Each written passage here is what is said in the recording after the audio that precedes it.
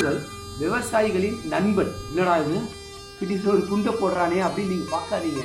ஏன் அப்படின்னா விவசாய நிலத்தில் பயிரிடும் பொழுது அந்த பயிரை எலிகளும் மற்ற பூச்சிகளும் அந்த பயிரை கடித்து சாப்பிட்டு நாசமாக்கிடும். ஆனால் அதை பிடிப்பதற்கு தான் பாம்பு வந்து விவசாய நிலத்துக்கு வரும்.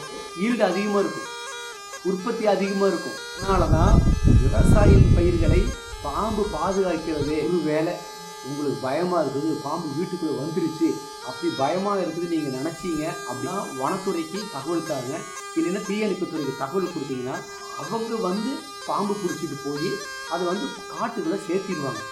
பாம்புகள் இயற்கை நமக்கு கொடுத்த வரம்.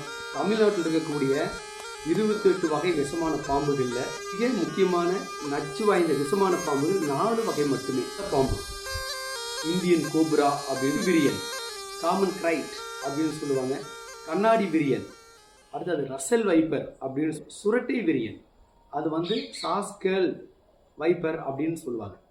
மனிதர்களிலே மிகப்பெரிய ஒரு மூட நம்பிக்கை என்ன அப்படின்னா மகிடிக்கு பாம்பு ஆடும் அப்படின்னு சொல்லுவாங்க. கேள்விப்பட்டிருக்கீங்களா?